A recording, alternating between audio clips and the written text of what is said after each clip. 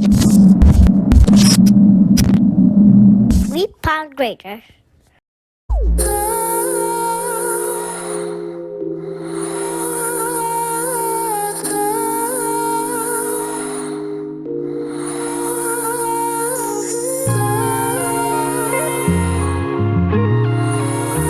It's Grill. Let's go.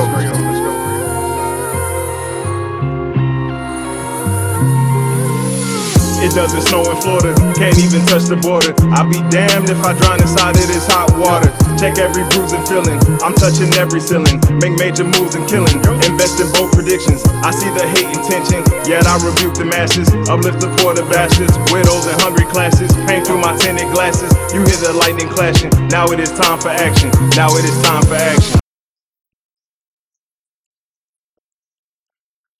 What's up, everybody? It's your boy Grill, back with the season finale. And on today's show, I have my man Morgan Nelson here to talk about his book, Detour, The Wrong Turn That Changed My Life Forever. So let's get into this. Let's get it. How you doing today? Doing good, brother. How about yourself? Doing good. I'm glad you're here, man. When I read this book, it like I said, it took me one day to read, right? So I'm reading it, and as soon as I start reading it, I start thinking back to like when I was a kid, and you know what I'm saying? Like we talked about it earlier, just being easily influenced. You know what I mean? So your story definitely hit me a certain type of way because there was a situation I had where I could have been in the same place. You know what I mean? So tell me a little bit about or a little bit about your life when you lived in Nucio. Oh, okay. Well, yeah, in Nucio, is a neighborhood in the city of Tampa, kind of proverbial, pretty dangerous. Growing up, I did see some things, experience some things that I'll never forget. But I never actually lived in Nucio as far as like my mom. The reason why I rep Nucio is because, like I talked about in my book, my mom was one point in time where she worked 3 jobs and she was very absent. So she needed a babysitter. So at that time, my uncle stepped up to the plate and he used to babysit me with at the time, his girlfriend. So I used to be over there and we used to be in apartments called Smuggler's Cove. And in Smuggler's Cove, It's called Smuggler's Cove? It's called Smuggler's Cove. That's the apartment. Yeah. What? Just by the name, it sounds a little dangerous, don't it? Yeah. So in there, it was like a culture shock. It was fast. I was witnessing things that I wasn't accustomed to, and it was just very different. I remember, going to sleep. Sometimes you wake up hearing gunshots. It was very ghetto, very urban, and it was just life changing, man. And that was like in my book, that was the inception of my change because, I took that as this is what life is about. This is what's being cool. Because my mom, growing up, she pretty sheltered me for the most part. She tried to keep me away from those type of environments. Like a mom that would do. reality. Right. But, when I got over my uncle, my auntie house, I got exposed to that and I started incorporating those behaviors. So now I'm going to school with a different mind frame. That's how I started sagging my pants. I had the ambitions of, I wanted to be a little thug running around. I harnessed rap music a little more and trying to be what I was seeing on TV. So, yeah, but Nucio was fun, but it was also some good things about Nucio too. It was very fun. I was involved in the summer programs. It was awesome, amazing times. Playing basketball, playing sports with the local neighborhood kids. So it had its ups and downs, give or take. The kids that you met in Nucio, because you said you didn't particularly live there, but you was there when you stayed with your uncle. Who was your friends when you stayed there? I think you take me way back. I remember we had Keith and Kevin. We had I forgot a couple of them guys' names. It was so long, but Keith and Kevin for sure. They were twins, man. And it was me and my cousin Kedrick, and my cousin Toya, and it was just like really like just us 5, and we used to just hang out. Run to the candy lady house in his van. Yeah. Get the frozen cup, hot sauces, pickled eggs, A lot chips. of people don't know about the candy lady. Don't know about the candy lady, man. But only in the hood though. Yeah. I mean, you ain't gonna go to no affluent community and see no candy lady. What the heck is a candy lady? In the military, man, I talk to people and I tell them, what I'm saying, in the neighborhood we used to stay in, we used to have a candy lady. They'd be like, what is that? She would go to the store and get like the pickles and everything that you need. You know what I'm saying? You just go over there and pay cheaper. Yeah. All the hood snacks. Yeah. You know what I'm saying? All the hood snacks. It's like, man, we'll choose the candy lady before we actually choose a corner store. So. Yeah. And it was just convenient, right there. We used to raise who gonna beat who, and 50 cents for a frozen cup. We call them the cups with the frozen. hit it with your finger, bite it up. It was amazing, man. It was a damn good experience, man. Take me back. But yeah. It's crazy, man. You being from Tampa and then, me growing up in Georgia and Atlanta, like, you know what I'm saying? No matter what people say, you still got that same element in different cities. Yeah, You know what I and mean? the hood's the hood, bro. No Yeah. matter where you at. No matter if you in Cali, from Cali to Arizona to here to Yeah. Wyoming. You know what I mean? If it's, hey, man, listen, if it's poverty stricken and it's a little challenging, the economy a little down, man, it's a hood. Yeah. Everything, the same thing transpires all across the nation. You Yep. know? Yeah. So when you met Mike and Steve, that wasn't in Nucio. Nah, that was in Temple Terrace, in Okay. these townhomes called the University Square Townhomes.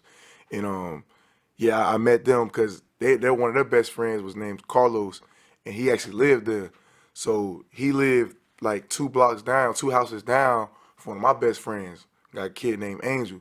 And we was very competitive. We was always playing basketball. All of us thought we was Tracy McGrady at one point in Yeah. time. You couldn't tell us. We wasn't. And it was very competitive. And then, we considered them like the big homies because they was like, 3-4 years older than us at the time. And when they had the little spare time, they'd come ball with us on the court, try to do us in. Yeah, Steve talking like he Kobe Bryant out here. Steve had that one little move, man, where you couldn't tell him nothing. But it was amazing though, because like I said, it was the big homies, and of course when you got the big homies, you try to emulate them, emulate their game, or their particular verbiage, and just try to be cool like them. So we picked up on a lot, because then we go to school like we kind of like 10 steps ahead of the people our age, because we hang with big homies. Yeah. So yeah, it was dope, man. It was a real good experience. In the book, you got a younger brother, and you talk about the experience of the one time it scared you when he just kind of like fell over. Yeah, man. What happened with it? Man, he just had, I don't know, he just had a seizure, man. I mean, I think I was watching like SmackDown or something, man. Wrestling was big back then. And, I got him, it was an ordinary night, babysitting my little brother. My mom's at work, putting in work. And he just went to shaking. Out of nowhere, I'm like, whoa. And you know what I'm saying? I'm freaking out and pain. It's my little brother, man. I can't let that happen to my little brother. My mom will never forgive me. You know what I'm saying? I couldn't let my mom down. It's my brother. So, I don't know, man. He wasn't foaming out the mouth, and he just kept shaking. And he was kind of like biting his tongue a little bit. I ain't want to chop his tongue off, so, I had to hold his mouth. But, I just thought fast. I ain't no paramedic. I ain't no ET, whatever they call it, ER, whatever. So, I just thought, hey, let me run across the street to my neighbor. And it was cold, and it had to be like 30 degrees, bro. So I wrapped him up in the blanket, in the diaper, though. He was in nothing but a diaper. He ain't diaper, but I wrapped him up in the blanket, tried to keep him warm as I could. And I ran out with a boxer and tank top, 30 degrees. But at the time, I'm not thinking about how cold it is. It's my brother, it's my family. So I went through desperate measures, man. Ran across the street. At the time, our neighbor was called, his name was Mr. Evans. He helped us out, called the paramedics, kept me calm. And rest is history, man. Today, my brother's alive, and he's healthy, and he's balling, too. So, that's what's up. Yeah, he got accepted to a few colleges, so I'm very proud of him. Yeah. Congratulations. Congratulations to your family. Yeah, for sure. So you got a younger brother. Do you have you have more siblings, right? Yeah, I got more siblings, but I wasn't raised with them. Right. Because I'm in a situation with my dad. But your little sister was writing you when you was in... Yeah. I actually got introduced to my little sister in 2014. Well, I want to say, yeah.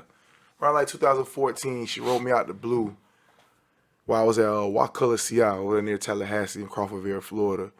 And I seen the name, and it was kind of shocking because I always knew my sister's name.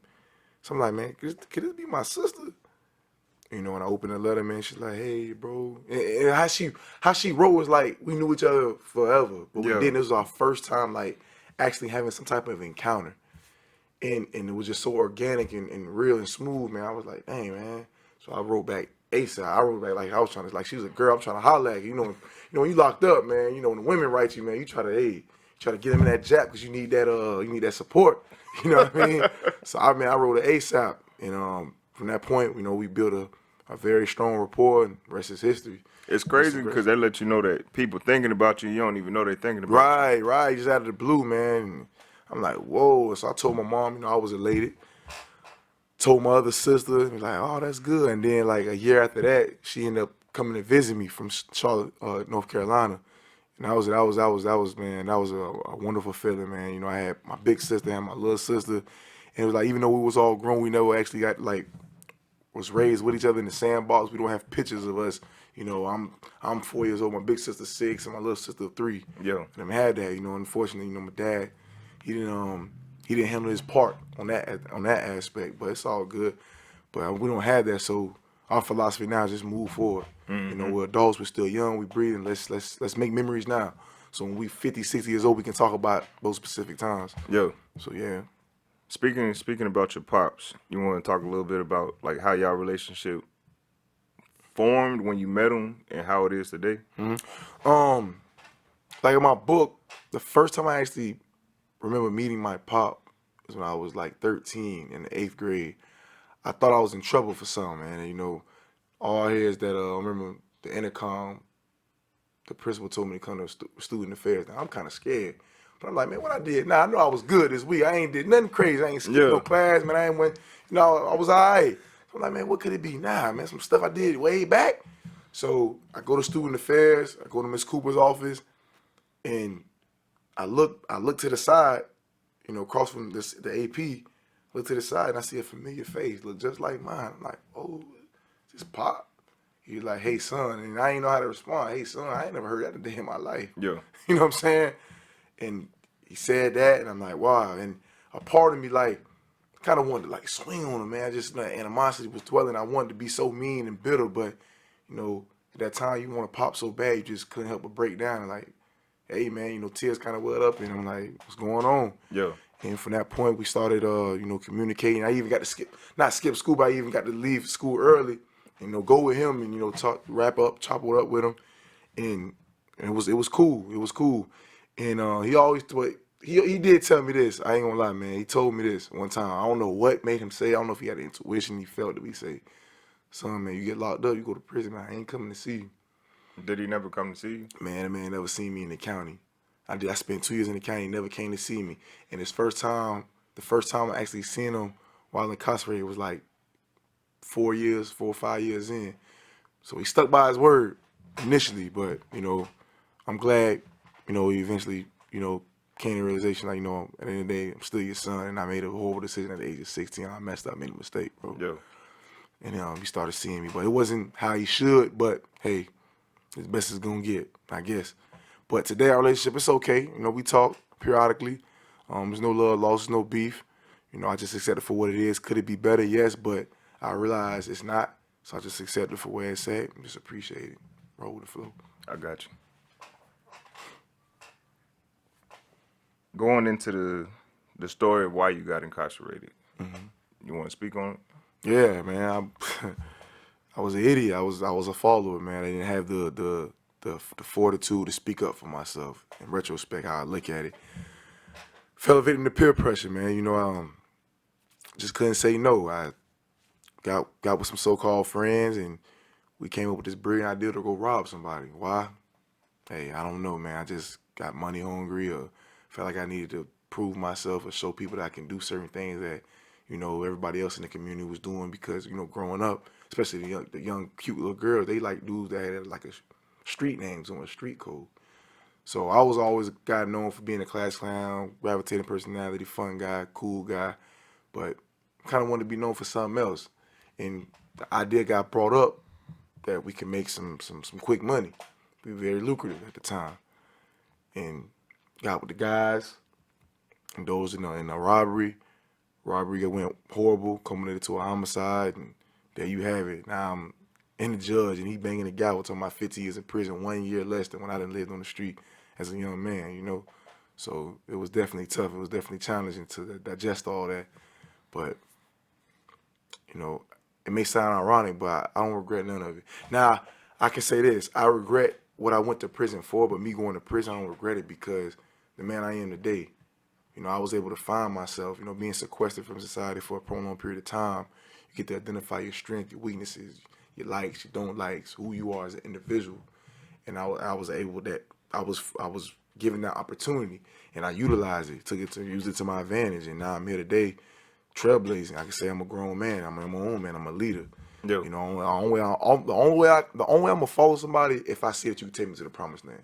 Because to be a great leader, you got to be a great follower first. I'm going to follow somebody that is not blind, that can take me to that promised land. But if you can't take me to the promised land, bro, I can do bad by myself. I don't need nobody to show me, teach me how to do bad or go the wrong way. I can do it by myself, bro. Right. So, yeah. The night this all happened and went down, we talked about it earlier. And I told you, when I read that portion of that part in the book, that hit me a certain type of way. You know what I'm saying? Like, I lost my mom. You know, Sorry but when about your mom's intuition, before you left the house, she told you, what she said, there's nothing. Say, I don't know how she knew, because I thought I played all smooth. I was kind of incognito, you know. I did my chores, I got everything lined up. And she looked at me. She came downstairs, and she looked at me dead in my eyes. She said, "Son, don't leave this house. Don't sneak out this house. It ain't nothing out there for a 16-year-old this time of night. Don't go out this house. You hear me?" And I looked my mom dead in the face, told her bold face like, "No, mom, I ain't going nowhere. I'm cool." Man, listen, as soon as she walked on the stairs and shut that door, boy, listen. Before she can get into bed, I probably was already ready going out the door, you know. But that resonated with me. That sat with me the whole time that we're on our way to do this idiotic affair. My mom saying that, and it was bothering me. It was like I told you, man. It would remind me like Trey off Bad Boys in the Hood. Yeah. You know, let me out. And I wish I would have had that fortitude, that courage to say, man, let me out this month. You know what I'm saying? Let me out. But I didn't. I was so worried about what my friends was gonna think. Oh, he ain't body. He was hollering all in school about he this, he that. But when it come to it, you know, bitching out. You know how we like to say.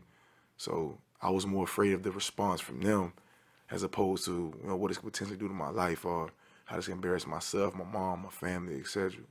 It's crazy. Knowing what you know now, because you do go and you speak to kids and you tell kids, you know what I'm saying? Peer pressure is such a big part of society in general, even with adults. But knowing what you know now, going through this, how do you try and get that point across to kids to resist peer pressure? Weigh your options. Think about, like, if somebody approaches you with something that is against the grain of what you stand for, that you know that can not behoove you any type of way. Think about the consequences before it even happens. Like foreshadow it. Like, man, you know, if I do this, what could potentially happen? What could be the end result? And think about how that make you feel. Think about how that make your parents feel. What position that will put you in. And just think about it. Just visualize it. And ask yourself, is this something you're willing to risk? And 9 out of 10, if you're smart and you assess it diligently, you make that right choice. You know what? No, I'm good. I'm good. It's not even worth it. Yeah, I can potentially get this, but if it doesn't go well, this can happen. And it's like, you know, old school told me, you know, especially, you know, doing criminal activities, like, you know, law enforcement, it only takes one time for us to slip in it. Guys, like, we can get away all these times, but we got to be real strategic. We got to exert so much energy to get away. Think about it. We gotta exert so much energy to get away, to be cunning, be slick, to reach that goal, right? But all we gotta do, all to do is sit back and wait for it to slip just that one time. When we slip that one time, it's a wrap. It's crazy. It's funny you say that, because every time, there's nothing new under the sun. So as soon as something happens, it's like they already know what to look for now. So they're constantly building just to take somebody down. Yeah. You know what I'm saying? And I feel like people don't realize that. They don't be thinking about that. Like, Right, what you right. doing now, somebody already did. Somebody Right. already got in Most trouble definitely. for doing. Most definitely. And, you know, my situation, me being so naive and green to the circumstance, you know, they play this little good cop bad, goddamn. Running out of the room, leaving me one-on-one, intimidating me, scaring me, giving me a coat.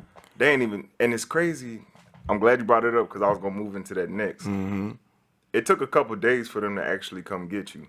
Yeah, because if initially they was coming to the school, and I'm like, no, I don't know what you're talking about, playing it off. But, you know, something happened to where, you know, they ended up coming to my house, and they said something that proved that I had involvement, that I couldn't circumvent. I couldn't deny that. So at that time, my mom, she tried to, you know, give me an alibi, try to lie for me. But I know what they're saying is factual, and that scared me. So I didn't want my mom going down for something I did trying to lie for her son. So I was like, Mom, I got it. Cool. I'll I go down there, see what they want. And at that time, my mom was really supposed to go with me as well because I was underage. But They not gonna tell they you. ain't tell her that not now type. So they got me in this 4x10 cell, just like it felt like a cell room, questioning me, putting all these little tactics, you know what I mean? Just know how they play. And then as they're questioning me, I'm lying to them. I'm trying to be slicking on oil with them, but simultaneously they're in the other room asking my co-defendant the same question, and he's telling them the whole truth. So they'll leave out, come back in. So what did you say, Mr. Nelson? I'm like, oh yeah, this happened. Whoop-de-whoop. No, it didn't. This happened because, and I'm like, I'm screaming, I'm like, whoa, they dead right? How they know this? Like, it's detailed, like word for word. I'm like, what the heck? So then at the end of the whole session, I heard a guy start crying. And I said, man, that sound like such and such. Man, that sound like my. And I'm like, oh man, I hear him say crying, man, I can't go down for no murder, man, I can't. And I'm like, oh man, they got this man next door to me the whole time. That's why they was in and out. But I'm so green, I'm naive. I've never been in this circumstance. So I don't know what to look for. I'm not seasoned in this. This is my first, or they like say caper or whatever. Anyone know caper, we ain't accumulate nothing. So, that happened, and rest is history, man. Next thing I say, man, I'm sentenced to 15 years in the Florida State prison, bro. Crazy. Your time when you was in prison, you you mentioned how like I guess you learned kind of quick how you supposed to conduct yourself around other inmates. You know what I'm saying? Most Like definitely, they better. they test you, so you had to Better. like from the get go Man, just you let better them know. get it right. Yeah. You better get it right, bro. Because if you don't get it right, bro, seriously, man, it'd be funny what I'm about to say, man. You find yourself washing another man's drawers. You know what I mean? Hey, man. Hey, you better. Hey, listen, better get it together, man. I'm telling you, it's real. People like they really prey on the weak, man. If you weak, they got to have you, bro. You getting ate for real. That's You a insane. cupcake, you getting bit. You know what I mean? You getting devoured. So you gotta know how to. You gotta spot being a balance. You don't want to be too aggressive on this bully type stuff because somebody gonna answer. They gonna pull your card, Yeah. and that's very dangerous because you can scare somebody to the point where they know they gotta get you out of here, so they'll stab you, potentially kill you. Yeah. But you can't be too passive where people think you weak and they can just do anything to you and say anything to you, impose their will on you because, like I say, anything you making them goulash. We call like food with soups and chips and sausage from the canteen. Y'all be in there getting creative. Yeah, get creative. We call it a goulash. We make a little makeshift, little bowl and stuff. But you'll find yourself cooking for somebody and washing their drawers. Nah, bro. Come on, man. I can't see that. I ain't wasn't having it. So I had to identify balance. I like to call it being assertive. Wasn't too aggressive, but I went past me. Hey, listen, man. I'm staying in my lane. I don't want no trouble. I'm not trying to, inflict no trouble. But I ain't running from nothing either, though. Yeah. So you come with it. I'm coming with the thunder. And we just going, hey, may the best man win, and whatever the result's gonna be, that's what it's gonna be. But you gonna know I'm here. Yeah. So that's how that had to go. Not was he a mentor or was he just a good friend? The one that put you on like the books you was Osiris, reading. man. Nah, that was, man. Be honest, man. That was my dad, man. I seen him like a father. He used to always say, no, brother, man. But I seen him as my dad, bro, because he gave me so much wisdom, man. Like my father ain't never gave me, and that was his role. But he gave me so much, man. He taught me what it was, is, being a black man born and raised in America, my heritage, how we was kings and queens and Akiba land, that was the original name from Africa. Showing me politics, showing me science, showing me things about myself, showing, the power of the tongue, how to conduct yourself, how to have what he call it, a winning personality. And he always told me, say, listen, because they called me Mo in prison, because, in prison, my name Morgan, I had a couple fights growing up in elementary school, middle school, about my name. Because people, that's a girl name. It's a unisex name, bro. Yeah. But they want to be funny and say it's a girl name. So you had to hit people upside the head a couple times about that. So I didn't want to face that in prison. Especially, prison being Morgan. Hey, I ain't nothing special over here. So I was like, what? I'm going to give myself a new name. It's going to be Mo. M-O, short for Morgan. So he say, Mo, listen, man. He say, don't be consumed by the fire, but purified by the fire. And it was like all like these riddles. I was like, man, what you mean? Oh, what you getting at? He said, listen, man, if you take a ball of paper, right, piece of paper, and it's a brush of fire, you throw it in the fire, what's going to happen? It's going to get consumed, right? Now, let's say in that same brush of fire, you dig up a dirty gold nugget, solid gold nugget, and you throw it in that fire. What's going to happen? It's going to get cleansed, it's going to get purified. The fire is going to melt down and cleanse out all the impurities. Say, be that gold nugget. The environment, the fire was the environment, the hostile environment in prison, because so many people get consumed in the hostile environment, the homosexual activity, the gang banging, being delusional. So I had to be strong. I had to stand on my ground, man, and not get succumbed and all that. And I did that by educating myself, being around positive people, trying to have a good attitude, a good spirit, always had hope. Even though it was a very, very long time, I used to always say to myself, at least I don't have a life sentence, because Osiris, my brother, he got a life sentence. He's never getting out. He's still incarcerated, still to this day. And that's sad. And if the circumstances would have went different, that could have been me. I wouldn't probably be on this show right now, because I scored out to that. My charges was that hefty. So, like I said, man, it's a blessing.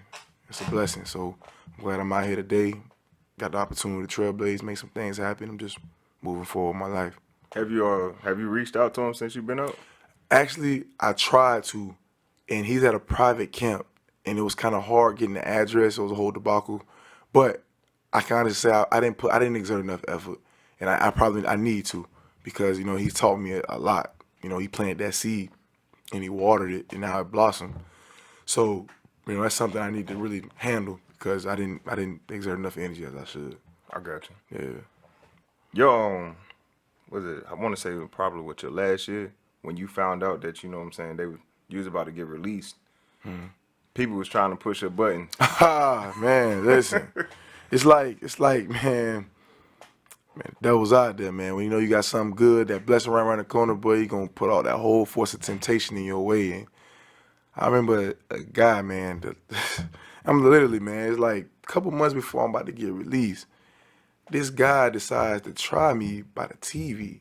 Now, mind you, for me, it wasn't about the TV. I can care less about the TV, bro.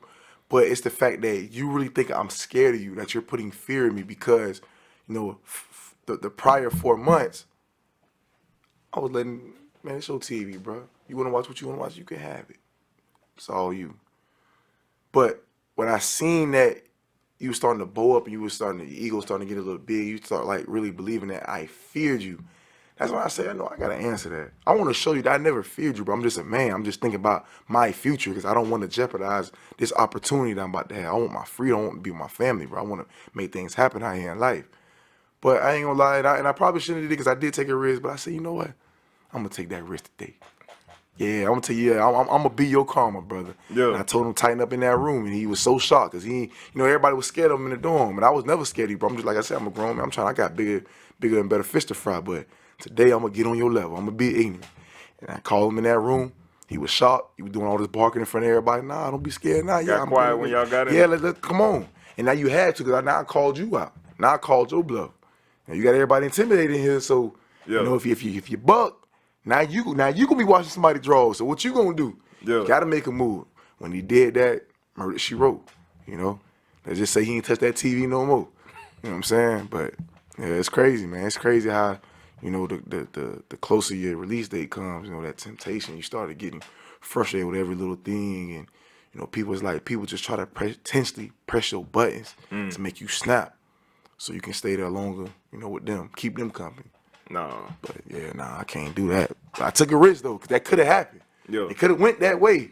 Fortunately, it didn't. But yeah, that's what it was. Man. So you get out. Did you write the book in prison, or did you wait till you got out? I waited till I got out. Okay. You mentioned the chick that was writing you while you was in prison. Mm-hmm. Y'all went to school together. Yeah, Tanae Houston. Okay. Tanae Houston, a beautiful woman, love her to death, meant everything to me. And we tried the relationship thing, and it just wasn't as successful as we anticipated. So, we decided, just go our separate ways, and just, if it's meant, we'll come back around. But right now, we just, focusing on ourselves and our own endeavors, and, just doing us. But no love lost, just keep it moving. But she was very instrumental in the whole incarceration process. She kept hope alive. She motivated me. She encouraged me. She seen me frequently, and it was always beautiful seeing her. I remember, seeing her coming out of that visiting park, and it was just so amazing how somebody can, outside of being a family, can have that much love for you and care and concern. So I'll never forget that, you know. And like I tell her, you know, she's a little upset about, you know, what transpired, but I'll always be here for her, whether it's my girlfriend or not. I'll always be here for her. She always hold a special place in my heart. So That's what's definitely up. grateful for that. Yeah. You get out, you write the book, you start traveling to talk, well, traveling and speaking to kids and teaching them, not teaching them, but let, letting them know what could happen if they take the wrong turn. Exactly. You still like? Do you like still keep in touch with them, or you just go talk at the school and then? I talk at the school, and I have kept in contact with a few via social media. They'll reach Okay. out to me at DM me, hey, how's it going? Hey, what's going on? Hey, man, you staying focused? What's going on? How's school? You know, just, you know, comment stuff. And I actually got a few guys that I actually mentor that I try to get on call. I need to tighten up because I ain't talked to a few of them in like 2 weeks. But, you know, just try to hold them accountable, let them know that, you know, you got big, bro. I'll never try to that preaching stuff. You know, Yeah. you don't want to preach because people are gonna be real apprehensive to it. You want to just, you know, just vibe with them, relate to them, talk, Plant speak that their seed. language, yeah, speak the verbiage and plant the seed. You know, water it, give it time to grow, and just lead by example. That's 'Cause I good. can't tell you to do this, and I'm over here doing that. You know, I can't. You know, that's why, you know, even on social media, I try to be very mindful of what I post because I got people looking up to me out there. You know, I don't want to be, you know, a hypocrite. Yeah. You know, so You gotta yeah, walk you the gotta be walk. careful. You gotta walk the walk, man. You gotta be careful. That's dope, man. We talked about that earlier. How you engage with people, you can either push them away or you could draw them in. Right. I think it's dope, man. Like the circumstance sucked. You know what I'm saying? But like you said, you threw that gold nugget in, Yeah. and purified it, and now you're using what happened with you and to you to help others. And I think that's a big instrumental part of what the society needs. So Yeah. thank you. Definitely. Yeah, man. Appreciate Definitely it, man. gotta Appreciate it. thank You you. already know. Got to.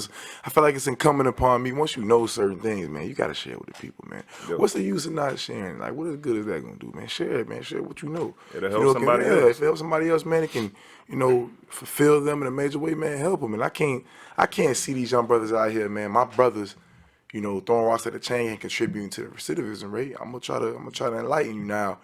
At the end of the day, well, no matter how old you are, it's all about choice. So once I enlighten you and I show you that there are options, there's a better way, and not the specific role you want to take. If you decide to still do that, then that's on you, young brother. You just gonna have to go through what I went through. Yep. It's how I learned, you know. So Hey man, I appreciate it. I appreciate you being here. We're gonna take a quick break for this next segment. We're gonna have our man's Mike Lake come in and he gonna speak with us. So we'll be right back. What's up, everybody? Welcome back. We got my man's Mike Lake with us. Thank you for having me. So these two guys, they grew up together. Somewhat. Somewhat. So, The story was told earlier. I ain't gonna call him a protege, but I'm gonna just say that he was a youngin'. He was around. We respected him, played ball with him. I ain't gonna say we used him up like some people might say, but I try to teach him the right way to be on the court. Yeah. Anyway, you still balling? man, I'm 31, man. Got a little old, man. I ain't got how I used to be, man. You- I you- done retired the gym shorts, man. You still talking to your elders? If you want, I could teach you a little something. You know what I'm saying? You old, I'm old I don't too. know, man. Just for the sake of that, man, because I never got to beat you when I was younger. So, man, I might gotta avenge that, man. We might gotta see what's going on with that. You might have to talk to my son, man. He might have to stand in for me. Yeah. Yeah. Like, my knees ain't the same like they Yeah. used to, man. I ain't 18, 16, 17 no more, man. Yeah. Speaking of your son, the situation you recently just had, we talked earlier about how when they came and got you, they talked to you without your parents Right, most or a definitely. lawyer. Right. They love doing that. Yeah, So, yeah. Your son's situation. Yeah, so I guess just to give you the cliff notes, however you say it. My son got into a little trouble. He was around when somebody else was doing something, and I'm gonna tread lightly because it's still an active situation. But something happened. My son was there. They saw him on camera, so they tried to question him. And yeah, it happened almost. I'm not gonna say identical to your situation. Yours was much more serious, but this other thing was a felony too. So they showed up and they was asking questions, trying to get you to admit to shit and agree to shit before. I could curse on here, right? Yeah, Okay, huh? Just to get you to agree to stuff before what's what, and even as a parent, like when they try to talk to him, like, no, you're gonna talk to him with me present, and if Right. you don't press that, they'll try to get slick and slide it by. So unfortunately, your mom may not have known or been aware or even understood the ramifications. But for those who know me from this network and other, our family of shows, I went to school to be a police officer, so I know the procedure, and I got police in my family. But all in all, yeah, I stood there with him, and while they was asking, and when I felt like they was trying to cross over into getting him to admit to shit territory, I definitely abruptly did it that. So Yeah. Kill that. yeah. And for those of you out there, if you have any questions, they can't question you in certain situations, and they certainly can't question the juvenile without an adult present. So just be aware. Most definitely. Good golden nugget. Well, I want to say I appreciate y'all for being here. You know, thank y'all. Keep doing what you're doing. Most definitely. I'm definitely looking forward to seeing your further progression, because Definitely. Appreciate it, man. Appreciate it. I feel like this is more important than a lot of stuff I'm doing. You know what I'm saying? Like, you're helping people out, man. So keep that up. No, I Whatever got you. happened in the past, man, you paid for it.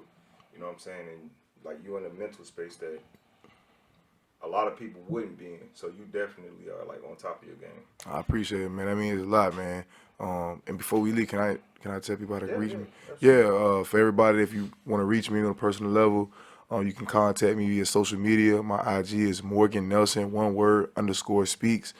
Follow me on IG. I promise I'll follow you back. And if you want to get with me on Facebook, Mo space Nelson. Send me a friend request, man. You want to talk about something, you want to get me out here to speak to some kids, you got a group of youth, listen, talk to me, come work with you, and we see what we can do, make it happen. And if you want to purchase my book, the link is in the bio on my IG. So just hit that link in the bio, and I'll get it to you ASAP. So I appreciate everybody that tuned in. Grio, Big Mike, it's been a blessing. Always, man. Make sure you go get this book.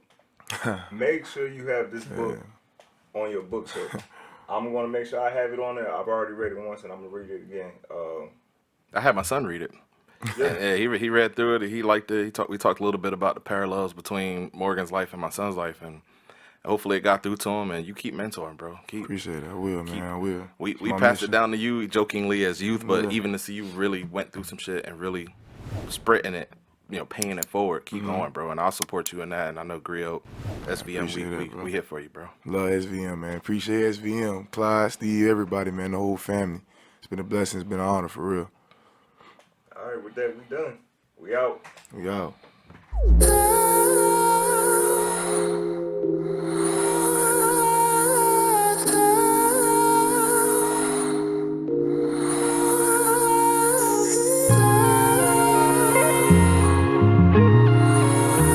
It's Grill. Let's go.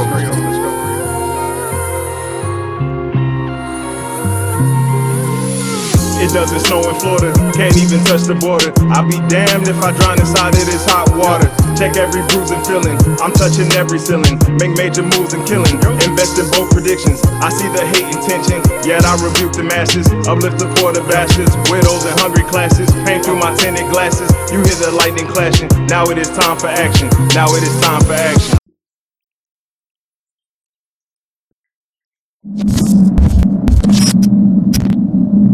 We pound greater.